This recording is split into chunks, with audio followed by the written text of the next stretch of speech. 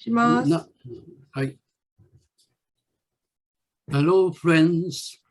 My name is Ikuro Anzai, honorary director of the Kyoto Museum for World Peace, and also the honorary general coordinator of the International Network of Museums for Peace. I would like to concentrate my report to the activities of the Fukushima project today. I am a scientist specializing in radiation protection. I was one of the first students of the Department of Nuclear Engineering of the Faculty of Technology at the University of Tokyo, one of the most important state universities in Japan. In the 1970s, when I was a research assistant of the Department of Radiological Health, Faculty of Medicine, I experienced very severe academic harassment. This is because I was regarded as an anti-national ideologue for my harsh criticism of the nuclear power policy of the central government.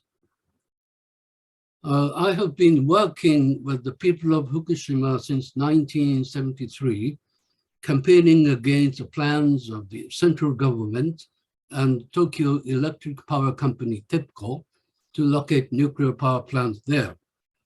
Through my activities there, I was acquainted with Mr. Tokuo Hayakawa, the 30th chief priest of Hokyoji Temple, an ancient temple since the 14th century, which is located 15 kilometers from the nuclear power plant that caused that severe accident. And since then, we have collaborated in activities criticizing Japan's nuclear power policy for almost half a century. Although I am not directly responsible for the serious accidents at TEPCO that occurred in conjunction with the Great East Japan earthquake on the 11th of March 2011, I felt a strong social responsibility as a nuclear expert for failing to prevent such a severe accident to be remembered by history.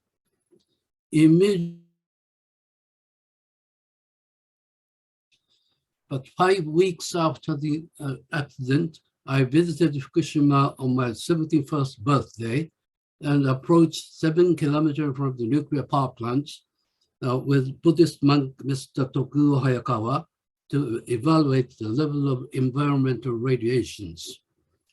In May 2013, I set up the Fukushima project team with like-minded scientists and engineers to support victims, consult on daily life in Fukushima, and organize study meetings on risks and radiation of nuclear power generation. Today, March the 8th, I am in Fukushima, which is my 95th visit to Fukushima for the project. The most serious problem facing the people of Fukushima is the lack of prospects for the decommissioning of the nuclear power plants that caused the accident. Immediately after the accident, there was an announcement that the decommissioning would be completed in 40 years, but there is no scientific evidence for this. Tens of thousands of people are still unable to return to their hometowns, and about half of them have decided not to return home as long as the plant at risk is there. Fukushima has by far the highest number of people lost while evacuated from their homes. This is because, unlike the tsunami-affected areas, the evacuation in Fukushima is prolonged due to the residual radiation in the affected areas. 2,319 lives are lost of the Fukushima people. The contamination in Okuma and Futaba towns, which are closest to the nuclear power plants, is so serious that these areas will remain deserted for decades to come as hard-to-return areas. However, only the torch relay course area of the Tokyo Olympic Games held in 2021 was decontaminated and maintained. This is the photogram of the Japan Railway Futaba Station. On the other hand, the areas where people now actually live have been extensively decontaminated, and our measurements show that radiation exposure of people living per year, depending on their behavior. This graph shows the radiation dose received by the people living in Fukushima, as shown in white column, and black column shows the radiation, natural radiation dose received by the people living in European countries. As you can see here, the average radiation dose received by Fukushima residents are a little bit higher than the average of Japanese people, but not so high compared with the radiation dose received by European people, including Finland, Sweden, Spain, France, Greece, etc. The average Japanese person is exposed to about 2.2 millisieverts of natural radiation per year and about 3.9 millisieverts of medical radiations, which is the greatest in the world. Fortunately, as shown in the graph in the previous page, there is no evidence of unusually high levels of radiation exposure for the people living in Fukushima. We, the Fukushima project team, have analyzed the radioactivity of well water, spring water, river water, and tap water throughout Fukushima, and have never detected any significant radioactivity. In addition, the food produced in Fukushima has been rigorously checked for radioactivity, and with the exception of some wild vegetables from the contaminated mountains, there is nothing to worry about.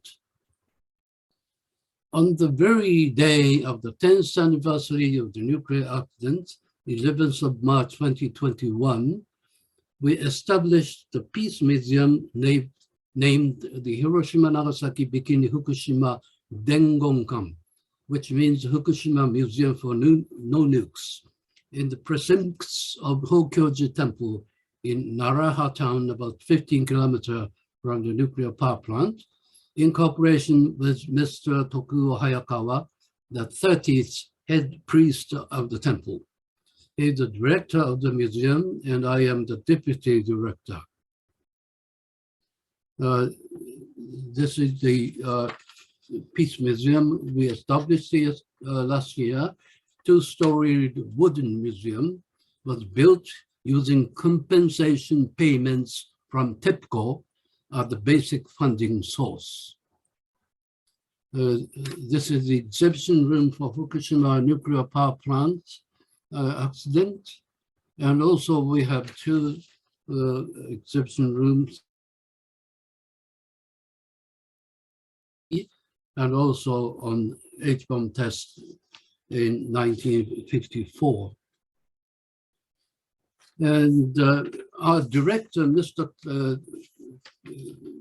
Tokuo Hayakawa, always passionately appeals to the visitors about the non-nuclear and peace spirit of the Dengonkan Museum.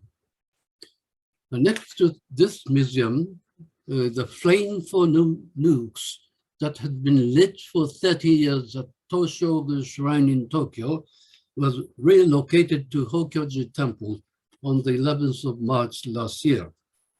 The flames ignited from the embers of the atomic bombs in Hiroshima and Nagasaki continue to burn even in the very moment of this conversation in Fukushima, aiming for a world without nuclear threat. This is the flame for no nukes. We pledge to continue to work with peace museums at home and abroad to increase the number of people who share our values for a peaceful and nuclear-free world. Thank you very much for listening.